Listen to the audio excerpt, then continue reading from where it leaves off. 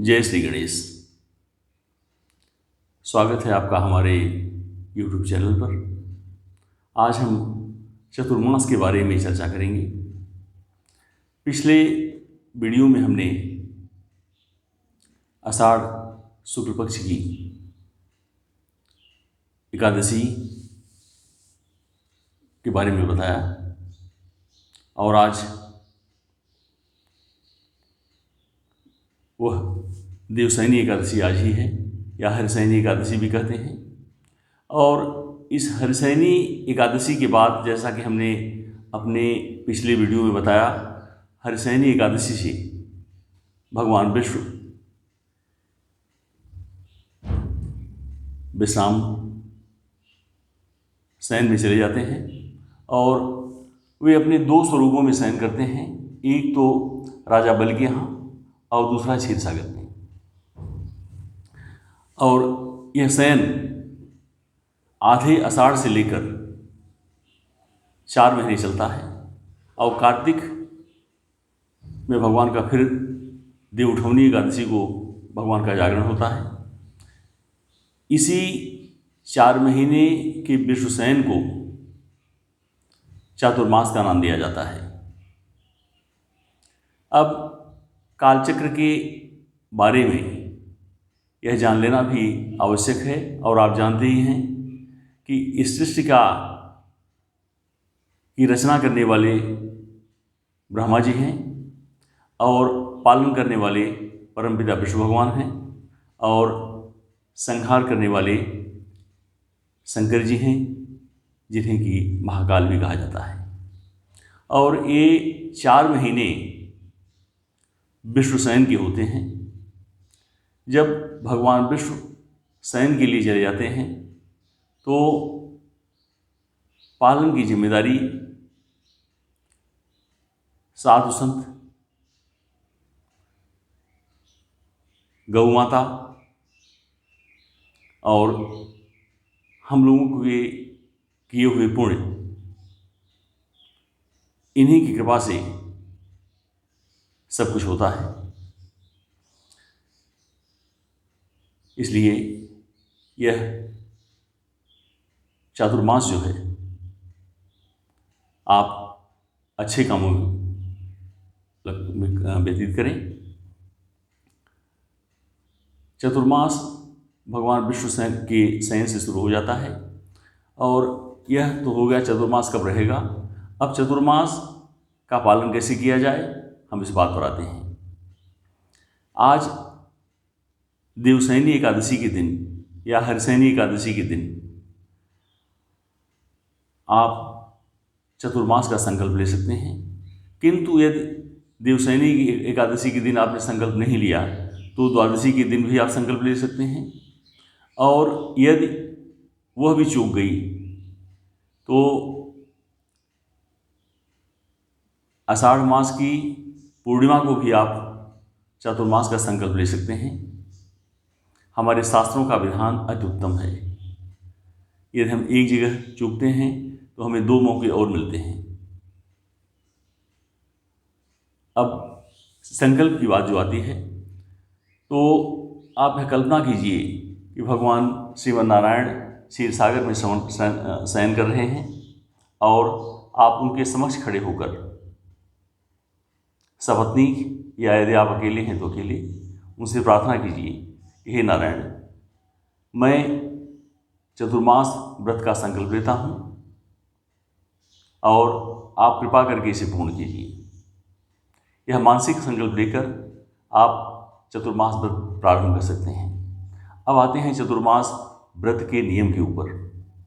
चतुर्मास व्रत के नियम जो हैं वे स्कंद पुराण में भी वर्णित हैं,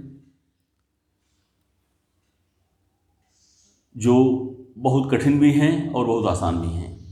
एक व्रत तो यह है कि आपको जलाहार पर रहना है, जो कि आज इस समय हम लोगों के लिए एकदम दुष्कर है। दूसरा है फलाहार पर, कि दिन भर हम फलाहार करें और 4 महीने हम फलाहार पर रहें। दूसरा यह व्रत है। तीसरा व्रत है एक समय फलाहार और एक समय भोजन, इस तरह से व्रत किया जा सकता है। और चौथा, इन सब के बाद एक नियम यह भी है कि एक दिन अन्न, फिर 2 दिन व्रत, और एक दिन अन्न या 5 दिन व्रत स्कंद पुराण में वर्णित है।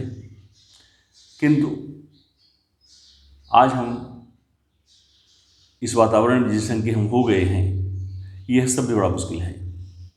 ऐसी परिस्थितियों में आप यह भी कर सकते हैं कि आप अपने किसी प्रिय वस्तु का त्याग कर दें।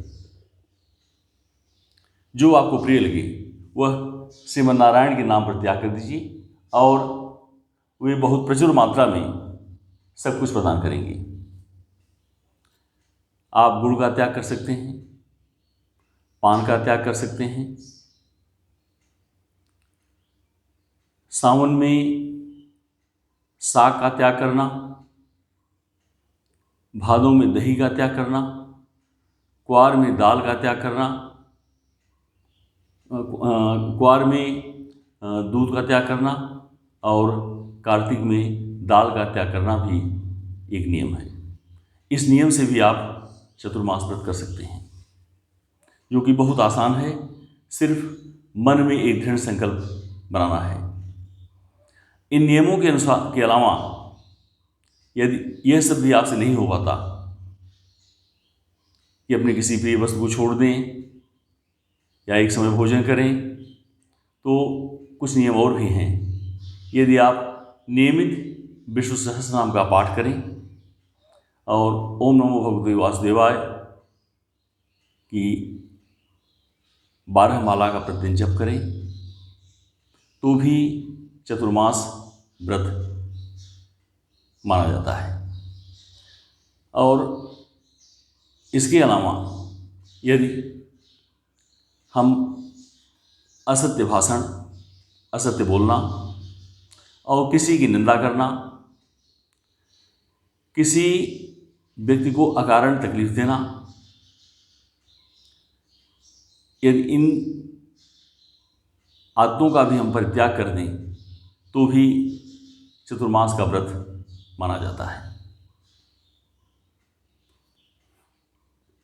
और यह सब इतना आसान है जो संकल्प लेकर, मानसिक संकल्प लेकर किया जा सकता है।